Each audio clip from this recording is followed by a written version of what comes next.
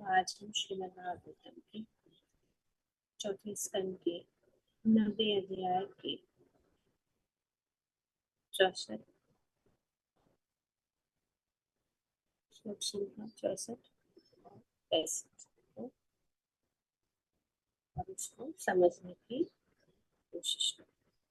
तो ध्रुव महाराज हम देखते हैं कि वे वापस घर आ गए और महाराजा उत्तानपाद का जो ये राज्य है बहुत सुंदर राज्य का यहाँ पे वर्णन किया है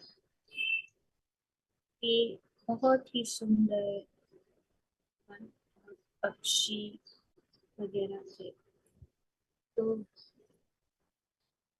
ये बताया जा रहा है यहाँ कि बहुत ही सुंदर रूप से ये राज्य को रखा गया और ऐसे सुंदर पक्षी थे उन वनों में या उन सुंदर जो उपवनों में कि जो हम हमेशा स्वच्छ स्थान पर रहते हैं। वे ऐसे पक्षी नहीं थे जैसे कि हम देखते हैं कौवे। अगर हाँ पे हमारी सिटी में देखेंगे तो ज्यादातर ज्यादा कौवे दिखते हैं। तो वहाँ पे ऐसे कौवों का कोई नाम निशान नहीं। बहुत स्वच्छ और हम अंदाजा लगा सकते हैं इस वर्णन से हम कल्पना की जा सकती है कि नगर का वातावरण कितना स्वास्थ्य और सुंदर था। कौवे वहां रहते हैं जहाँ गंदगी होती है, कौवों का यही एक अच्छा स्थान रहता है जहाँ पे कौवे गंदगी रहती है वहां पे कौवे रहते हैं। तो ये वर्णन किया गया कि कितना सुंदर था। यहाँ पे महत्वपूर्ण चीज जो है अगले श्लोक में श्लोक संख्या 65 में बताया गया कि राज ऋषि उत्तानपाद उत्तानपाद को राज ऋषि कहा गया। तो ये राज ऋषि का अर्थ क्या है? राज ऋषि का अर्थ ये है कि जो राजा पे सिर्फ राज मतलब राजा और ऋषि मतलब राजा भी है लेकिन वो सामान्य राजा नहीं है, वो ऋषि है। वे स्वयं ऋषि है तो इसीलिए उनको राज ऋषि कहा। वे राज्य चलाते हैं और कैसे चलाते हैं धर्म के अनुसार। जैसे कि यहाँ पे प्रभुपाद जी अपने तात्पर्य में बताया जा रहा है कि जो व्यक्ति महाराज उत्तानपाद राजा न थे, वे राज ऋषि। पहले के समय में इस पृथ्वी पर एक ही राज ऋषि राज्य करता था, पूरे पृथ्वी पर ही राजा और वो एक ही राज ऋषि। और वे राज ऋषि क्यों? क्योंकि राजाओं को साधु प्रकृति वाले बनने की शिक्षा दी जाती। वे धर्म को जानते थे। वे राज ऋषि इसीलिए थे क्योंकि उन्हें जो है साधु, वे भले ही बाहर से एक राजा दिखे, राजा की तरह अपने आप को प्रस्तुत करते हैं लेकिन वे एक्चुअली जो है ऋषि है, क्योंकि वे उनको ये शिक्षण लिया था।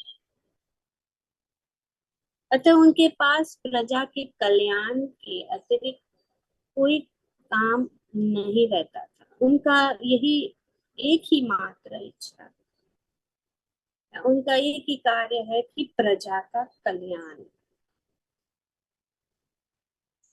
इन राज ऋषियों को समुचित शिक्षा दी जाती थी, और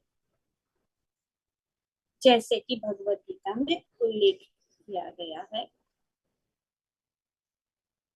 कि जो ये ईश्वरीय ज्ञान अथवा भक्ति योग, जिसे भगवत गीता कहते हैं, राज ऋषि सूर्य को प्रदान किया। प्रथम प्रथम किसको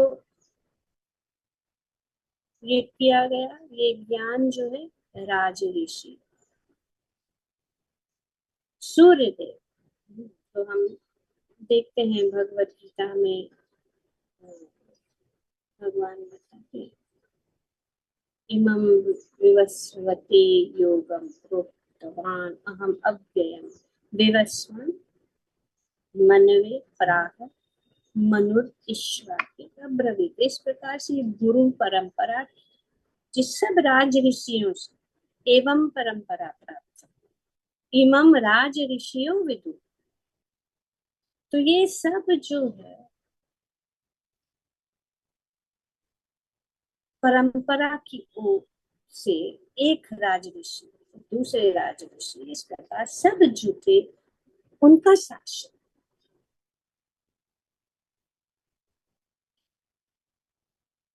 तो भगवत गीता में ये बताया गया है, भगवान स्वयं कहते हैं कि क्रमशः सूर्य तथा चंद्रमा से उत्पन्न क्षत्रिय राजाओं को प्राप्त हुआ ये ज्ञान। ज्ञान जो है भगवत गीता का ज्ञान, ये भगवत ज्ञान जो है वो जानते थे, उनको शिक्षण दिया जाता था। वे आश्रम में रहकर गुरु के शरण में रहकर इस ज्ञान को प्राप्त करते थे। वे आश्रम में गुरुकुल में रहते थे। कैसे? एक सामान्य विद्यार्थी को, और गुरुकुल में रहकर उनको सभी जो आध्यात्मिक ज्ञान प्रदान किया जाता था। और जब ये आध्यात्मिक ज्ञान को प्राप्त करके वे जब फिर घर चले जाते थे तो वे राज्य करने के योग्य बन जाते। और वो कैसे करते थे राज्य? जैसे यहाँ पे प्रभुपाद जी बताते हैं कि उनका एक ही उद्देश्य है कि लोग का कल्याण, प्रजा के कल्याण के अतिरिक्त और कुछ भी नहीं।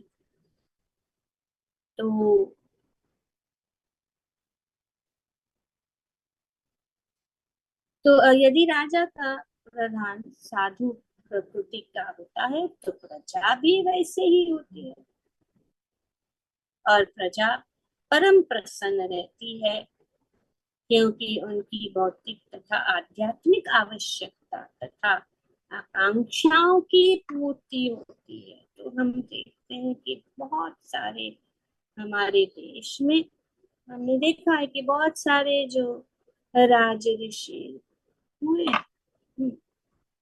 वे उनका वर्णन किया गया। जैसे कि हम देखते जनक महाराज, युधिष्ठिर महाराज, परीक्षित महाराज। और आज बहुत शुभ दिन है, हमारे श्री राम, श्री राम जो सबसे आदर्श राजा, तो इसीलिए आज भी लोग जो है राम राज्य, आज बहुत ही शुभ दिन भी है, विजयादशमी है, सेरा है। और हमारा सौभाग्य है कि आज हम उसका स्मरण कर पा रहे हैं। श्रीमद् भागवतम में वर्णन किए गए राज ऋषि श्री राम के विषय में हम स्मरण कर सकते हैं।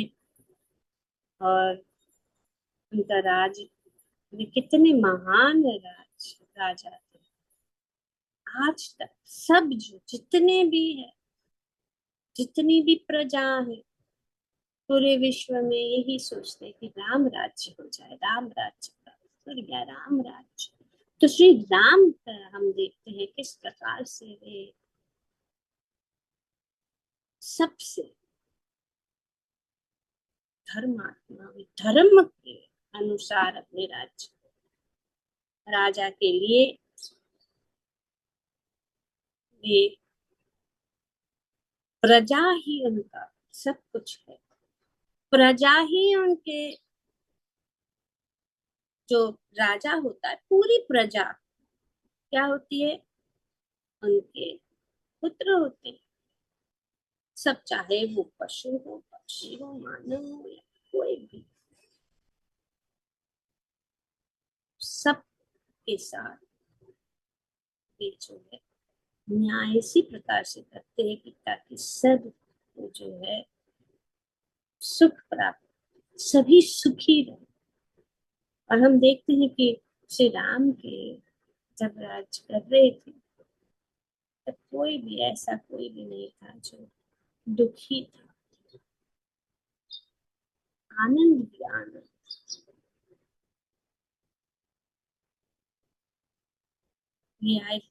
ये परफेक्ट आदर्श राजा और सबसे संतुष्ट राज्य।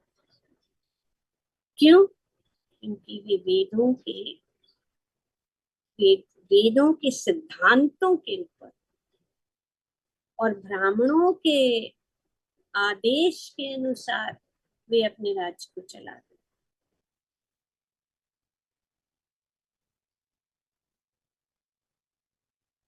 और ये राम राज्य का वर्णन जो रामायण, वाल्मीकि रामायण में किया गया, युद्ध कांड।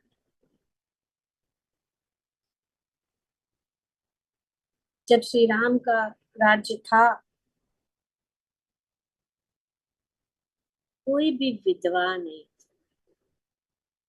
कोई भी खतरा नहीं, कोई भी खतरनाक पशु नहीं, किसी को भी कोई जो है बीमारी नहीं थी।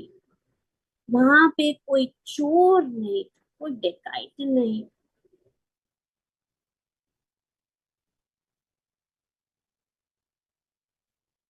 और किसी को कोई चिंता नहीं। जो वरिष्ठ बूढ़े व्यक्तियों का अच्छी तरह से देखभाल किया, सभी जीवात्मा प्रसन्न थी। और वे सभी जो है श्री राम, उनकी आंखें, उनका सब जीवन जो है श्री राम की ओर से, श्री राम को देखकर। कोई भी एक प्राणी दूसरे प्राणी को नहीं मारता था। जब श्री राम थे तो मनुष्य जो है वे हजारों वर्षों तक जीवित रहते, बिना कोई दुख, बिना कोई बीमारी। और उनका राज्य, सभी जितना जो भी प्रजा थी, वो श्री राम को एक केंद्र बिंदु बनाकर, उनके लिए श्री राम ही सब कुछ थे। और श्री राम उनके साथ इतना प्रेम और स्नेह से आदान प्रदान करते थे। यहाँ पे वनों का वर्णन किया गया। और श्री राम राज्य, जब श्री राम राज्य करते थे तो हर एक पेड़ जो है बहुत बहुत सुंदर फूल और फल प्रदान करते।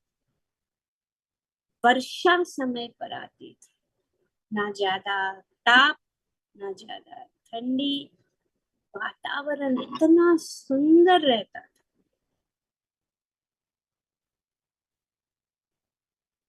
ब्राह्मण, क्षत्रिय, वैश्य, शूद्र सब अपने अपने कार्य प्रेम से अच्छी तरह से निभाते थे। उन लोगों में कोई भी कभी विरोध नहीं होता था, उनमें कोई लोभ नहीं रहता था, कभी भी झूठ झूठ नहीं, कोई भी झूठ नहीं बोलता था, सब संतुष्ट। श्री राम इस प्रकार से राज्य करते थे कि सभी एक एक जो भी उनके राज्य में है, कि पूरे पृथ्वी पर सब संतुष्ट थे और सब जो है श्री राम भजन में लगे थे। मर्यादा पुरुषोत्तम श्री राम के भजन करते थे और भी सब जो है श्री राम को ही अपने मन और अपने हृदय में रखते थे। धर्म का पालन सब करते थे, सब पूजा, सब जो चीजें बहुत ही अच्छी तरह से चलती थी। ऐसा राज्य श्री राम उदाहरण है। अगर कोई राज्य राजा है, अभी तो राज्य राजा तो है ही नहीं कोई, तो इसीलिए हम देखते हैं कि पूरे समाज में प्रजा जो है असंतुष्ट है। प्रकृति भी अपने समय से जो है साथ नहीं देती है, कभी बहुत ज्यादा गर्मी तो बहुत ज्यादा ठंडी तो बहुत ज्यादा वर्षा, इस प्रकार से। तो राज ऋषि जैसे हम देखते परीक्षित महाराज, जब परीक्षित महाराज थे तभी हम देखते इन्होंने देखा कि ये गाय जो रो गई। तभी हम कितने गाय को देखते हैं रास्ते पे, कोई सोचता है क्या?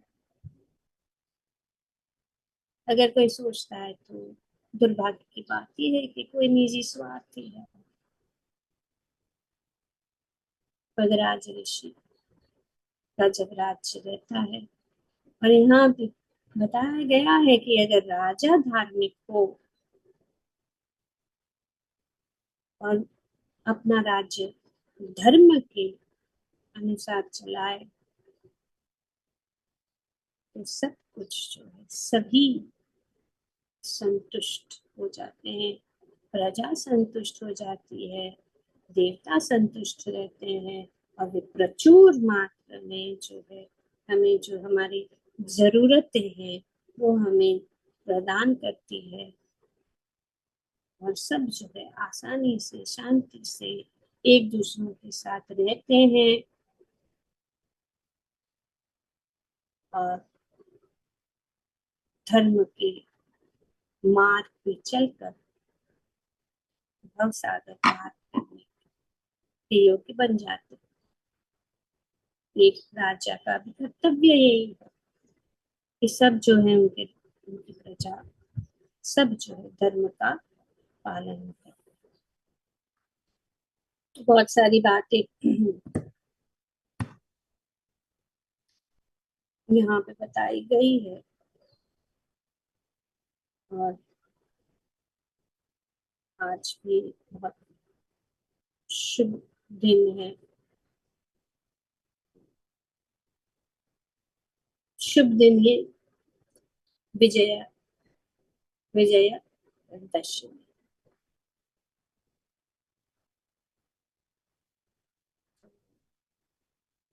इस शुभ दिन में जो है लोग नया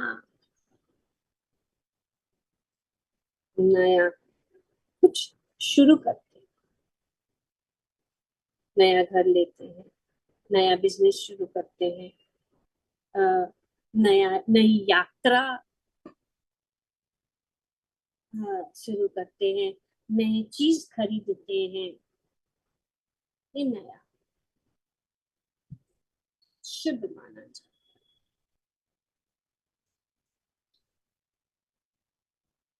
तो हम भक्तों के लिए भी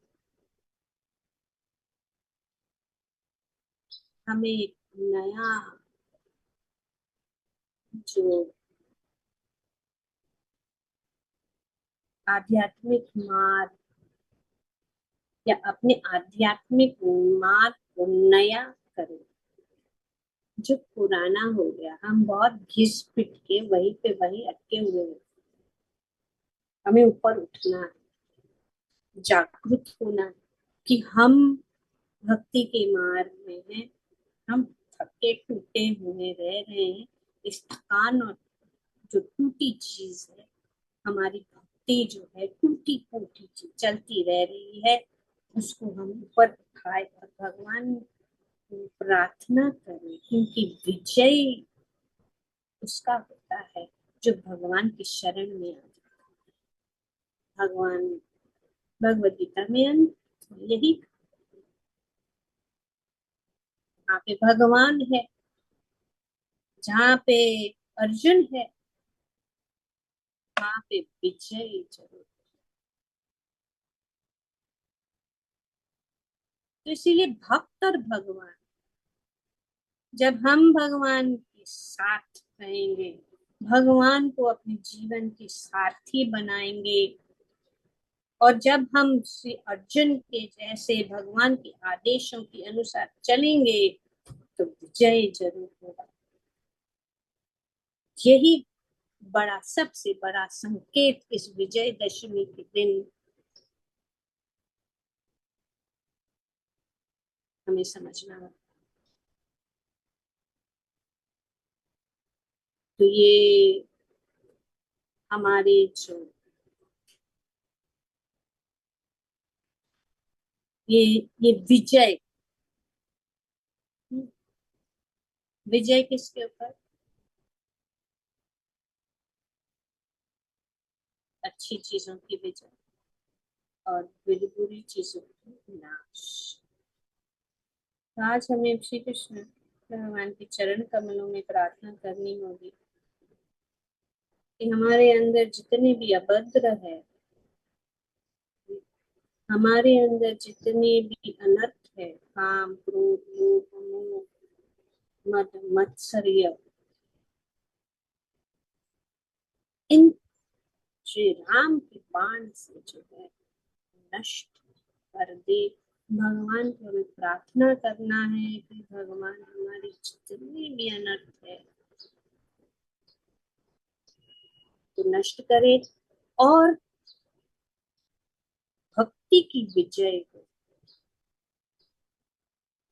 भगवान की विजय हो।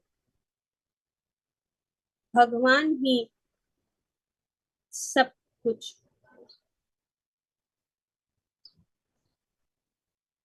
तो ये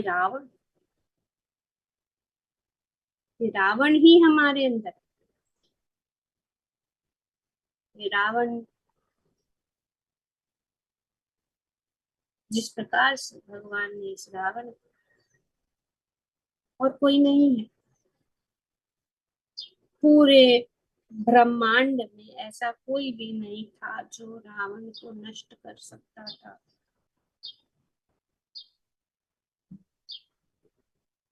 तो हम कितना भी अपने आप में कोशिश करेंगे हमारे अनर्थों से दूर होने के लिए, वो कोशिश निष्फल हो जाएगी। जब तक हम भगवान की शरण में जाकर उनसे हृदय से प्रार्थना नहीं करते, तब तक ये कठिन। तो आज बहुत शुभ है, एक तो विजय,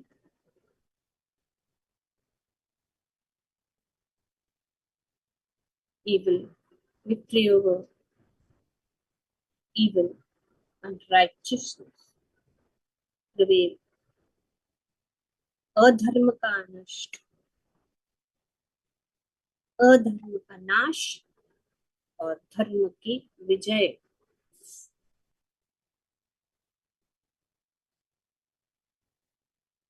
इसीलिए आज विजयदशमी बहुत शुभ दिन है।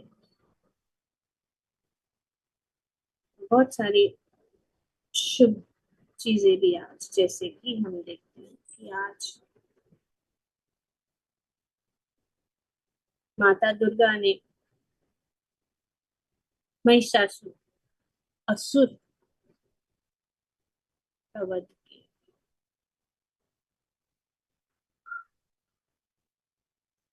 9 दिन तक माता ने महिषासुर के साथ युद्ध किया और इस प्रकार से ये नवरात्रि के बाद में ये विजयदशमी, दशहरा के दिन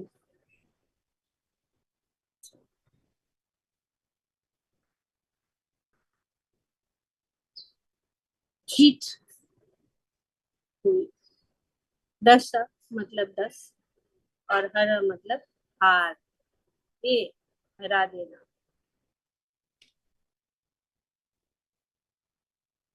माता दुर्गा शक्ति है। और इस नवमी जैसे कि लोग 9 दिन तक 9 दुर्गा, दुर्गा, विजया, वैष्णवी, कुमुद, चंडिका, कृष्णा, माधवी, कन्यका, माया, नारायणी, ईशानी, शारदा, अंबिका और भद्रकाली।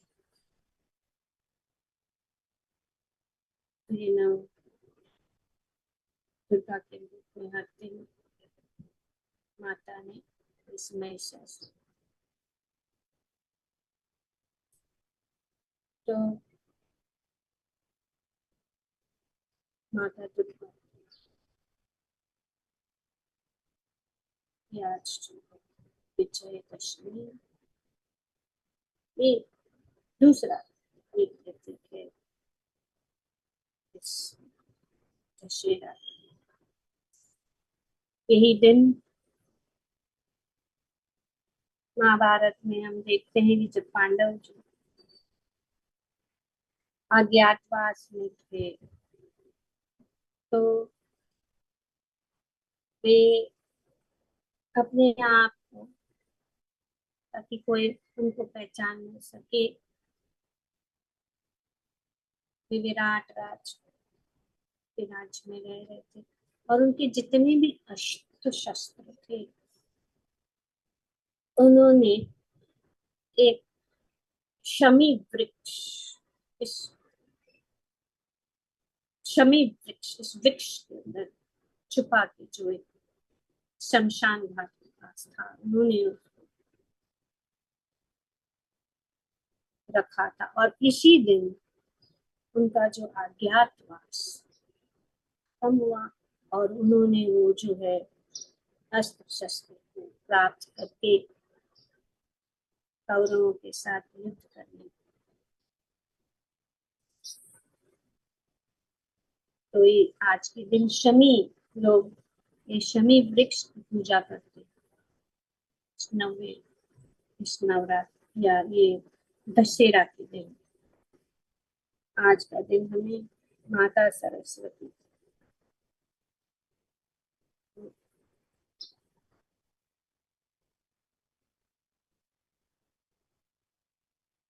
नारायण नमस्ते नरं चैव देवीं सरस्वतीं व्यासं, माता सरस्वती के चरण कमल। आज सरस्वती पूजा भी की जाती है। माता सरस्वती की कृपा से हम जो है ज्ञान, नर नारायण ऋषि, माता सरस्वती और श्री व्यास देव। तो आज ये सरस्वती पूजा, ये दिन जो है इसमें सरस्वती माता सरस्वती की पूजा, विद्यारंभ कहते हैं। खास करके साउथ इंडिया में केरला और कर्नाटक में बच्चों को ये विद्यारंभ संस्कार जो है, संस्कार होता है, विद्या का आरंभ। इसमें उनको मंत्र देने के लिखने के लिए दिया जाता है। और विद्या ग्रंथों की पूजा, ये सब ग्रंथ जो है पूजनीय है। हमें उनको ऐसे सामान्य पुस्तक, सामान्य किताब जैसे नहीं, उनको सम्मान देना होता है। खास करके श्रीमद् भागवतम स्वयं भगवान श्री कृष्ण है। श्रीमद् भागवतम की पूजा, श्रीमद् भागवतम को आदर से उनको रख के उनका सम्मान करना।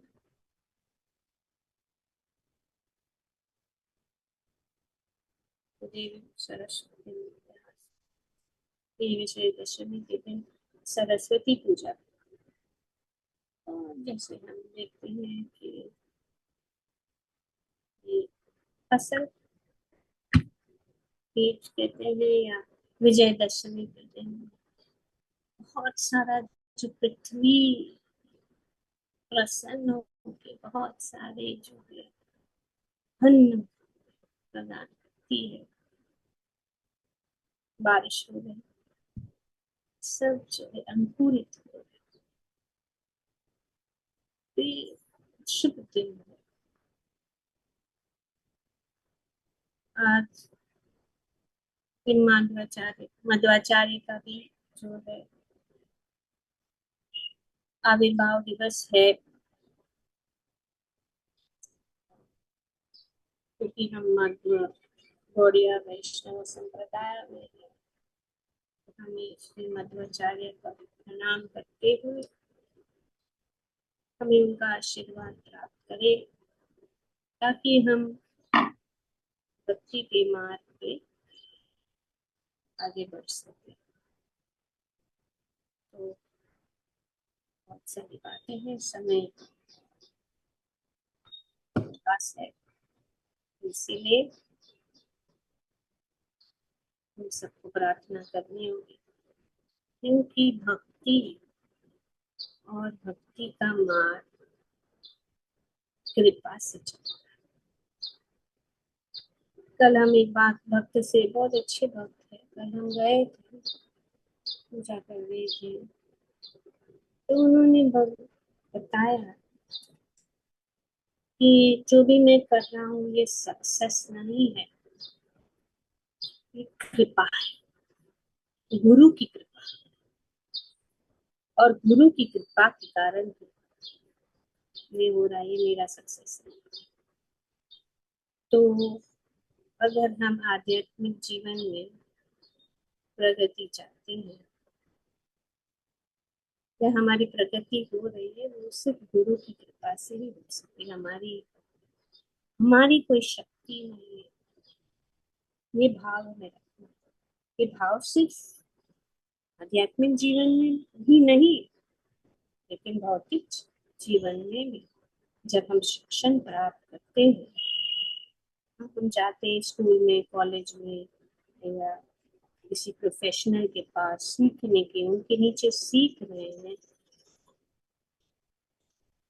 तो हर प्रोफेशनल, हर जो है गुरु भी, गुरु सबको सब कुछ ज्ञान नहीं देता, वो जो है वही शिष्य होते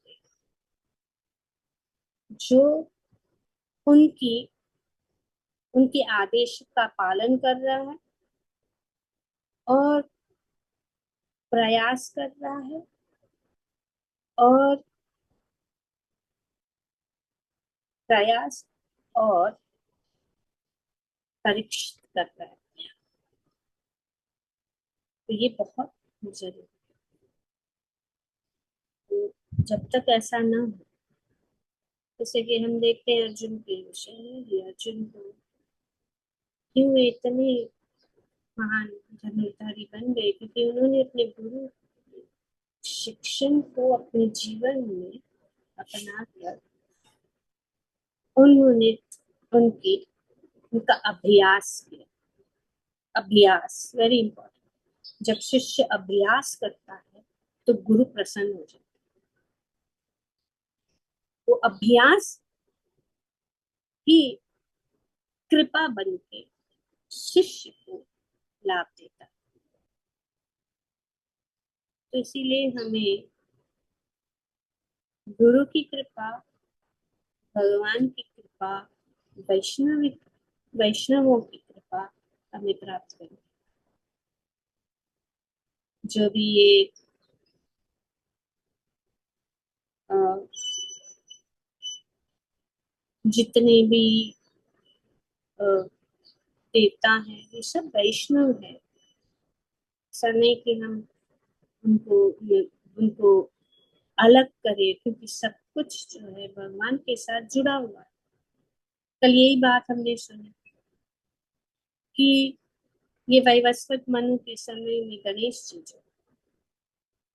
जी के पोस्ट के लिए कोई नहीं था, तो भगवान श्री स्वयं गणेश बने। कल तो इसीलिए हमें ऐसा नहीं सोचना है कि गणेश ऐसे हैं, दुर्गा ऐसी है, शिव जी ऐसे हैं, और भगवान भगवान ही सब कुछ। ये सब भगवान को मानते हैं, और भगवान को मानते हैं इसके लिए भगवान उनको पोस्ट दे रहे हैं। और पोस्ट नहीं दे तो स्वयं भगवान बन जाते हैं, उनका पोस्ट ले ले। अगर कोई इंद्र नहीं मिला तो इंद्र बन जाते हैं भगवान।